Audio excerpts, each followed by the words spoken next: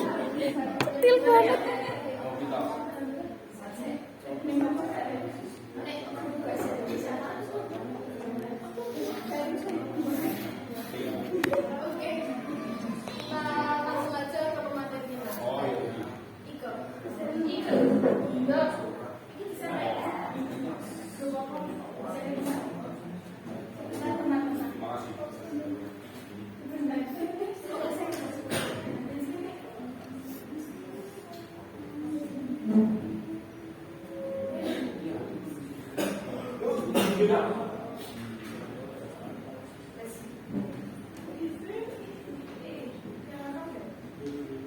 Assalamualaikum warahmatullahi wabarakatuh. Selamat siang untuk teman-teman semua. Di sini saya akan menyampaikan materi kelompok kami mengenai kerangka karangan membantu proses psikologi yang sistematis, fokus, dan terarah.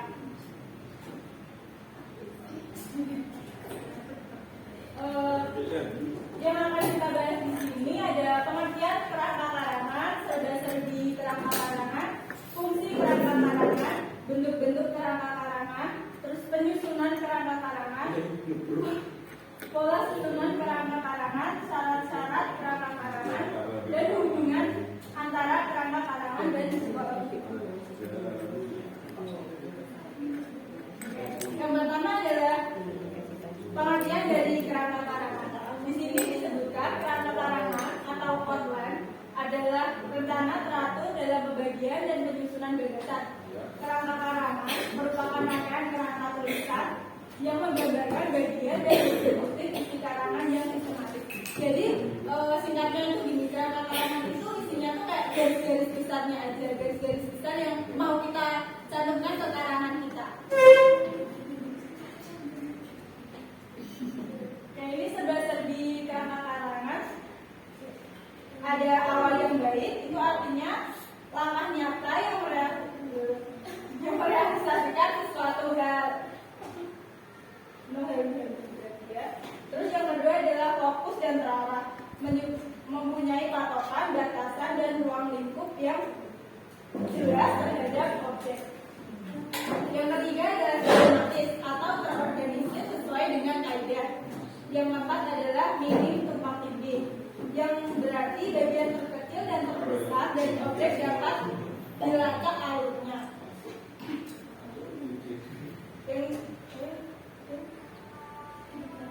Yang ketiga yang mau saya bahas di sini adalah fungsi kerangka karangan. Fungsi kerangka karangan sendiri itu membantu penulis menyusun karangan agar teratur. Kerangka karangan atau outline memudahkan penulis dalam menemukan gagasan-gagasan yang tepat dan tepat sehingga dapat membentuk suatu hubungan timbal balik yang harmonis pada antar gagasan tersebut. Hasilnya, karangan akan menjadi karangan yang terpadu. Yang kedua itu membantu penulis menciptakan klimaks yang berhasil. Setiap karangan dikembangkan ke arah suatu klimaks utama. Namun untuk mencapai klimaks tersebut ada bagian atau pengantar-pengantar yang mengarah kita ke klimaks utama. 3. Menghindari penulis membahas topik berkali-kali. Ketika menyusun karangan, ada kemungkinan suatu topik itu dibahas berkali-kali. Pengulangan topik dalam sebuah paragraf sangat tidak dianjurkan karena membuat karangan menjadi tidak efektif dan membingungkan. Keempat, memudahkan penulis mengembangkan topik utama. Dengan menggunakan kerangka karangan, penulis akan lebih mudah untuk mencari data-data pendukung seperti fakta maupun contoh. Yang keempat adalah bentuk-bentuk kerangka karangan. Di sini ada dua, yaitu kerangka topik yang terdiri dari kata, klausa, dan frasa, di mana tanda baca titik tidaklah diperlukan karena tidak adanya kalimat lengkap dan juga untuk menyatakan hubungan antar gagasan. Yang kedua adalah kerangka kalimat. Biasanya bersifat resmi yang berupa kalimat lengkap.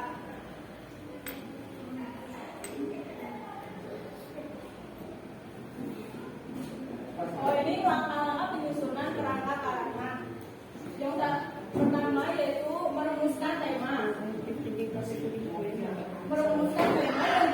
dari sangat jauh dan tujuan yang akan dicapai melalui topik tadi. Yang kedua adalah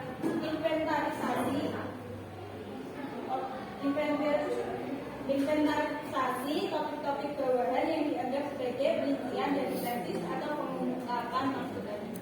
Yang ketiga adalah evaluasi.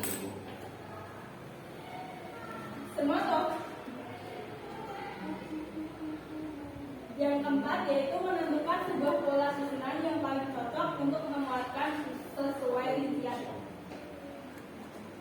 Oke.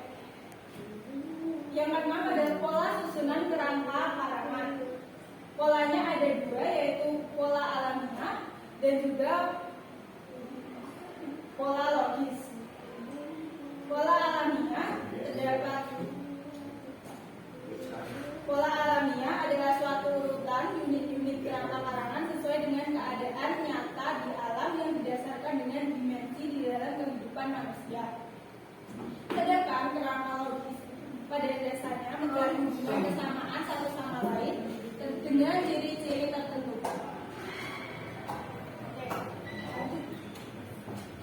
Syarat-syarat penyusunan kerangka karangan di sini bisa dilihat ada tesis atau pengungkapan maksud harus jelas. Lalu ada tiap unit hanya mengandung satu gagasan. Yang ketiga ialah pokok-pokok dalam kerangka karangan. Yang keempat harus menggunakan simbol yang konsisten. Hubungan antara kerangka karangan dengan psikologi itu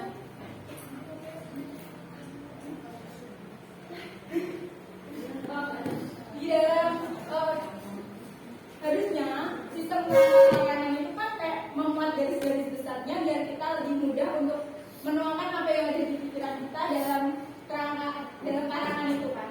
Jadi menurut kelompok kami dalam psikologi pun ada yang nomenklasi yang mirip dengan sistem kerangka karangan seperti skala perencanaan. Di sini skala perencanaan itu modelnya mirip dengan kerangka karangan, yaitu menuliskan garis-garis besarnya dari pasien. Seperti dalam konsultasi pasti kan ada step-stepnya, tidak langsung memberi terapi dan tidak langsung memberikan obat yang harus diminum kan. Jadi sebelum konsultasi itu kan pasti ada step di mana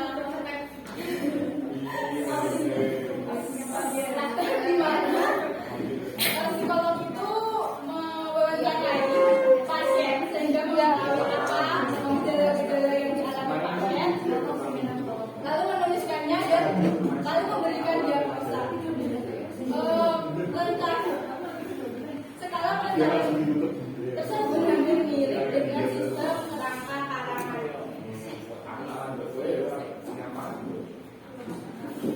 Oke, terima kasih. Seperti itu tadi hasil diskusi dari kelompok kami. Mau kalau banyak kurangnya dan lebihnya itu punya kelompok kami. Dari saya ya. Teman-teman sekian dari saya. Assalamualaikum warahmatullahi wabarakatuh. Terima kasih ya Mas penjelasan dari Pak Eko. Selanjutnya kita akan membuka sesi pertanyaan video saja.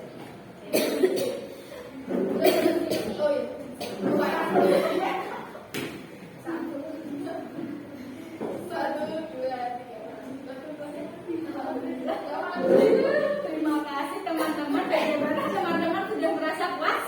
Terima kasih teman-teman. Terima kasih. Terima kasih cukup saja. Teman-teman tidak ada yang mau bertanya?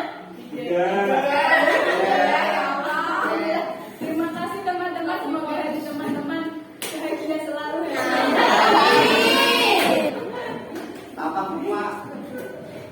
Sekian dari kelompok kami. Bila ada tutur kata yang kurang dengan kalian, Assalamualaikum warahmatullahi wabarakatuh.